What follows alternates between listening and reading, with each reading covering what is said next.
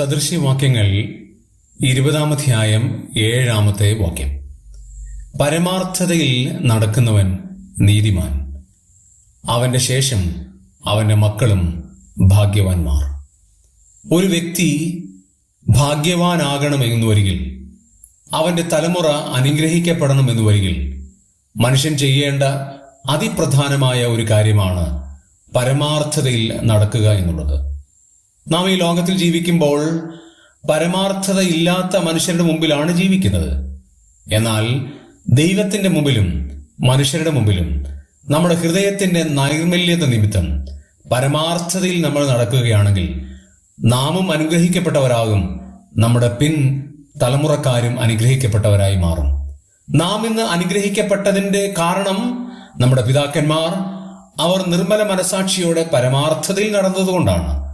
ആകയാൽ നാമും പരമാർത്ഥതയോടെ നടക്കുമ്പോൾ നമ്മുടെ ഇളം തലമുറക്കാരും ആത്മീകമായി ഭൗമികമായി അനുഗ്രഹത്തിലേക്ക് വരും എന്നുള്ള വാഗ്ദത്ത വാക്യമാണ് ഇത്. ആകയാൽ പരമാർത്ഥതയിൽ നമുക്ക് നടക്കാം, നമ്മുടെ തലമുറ ഭാഗ്യവാന്മാരായി ജീവിക്കുവാനിടയാകും.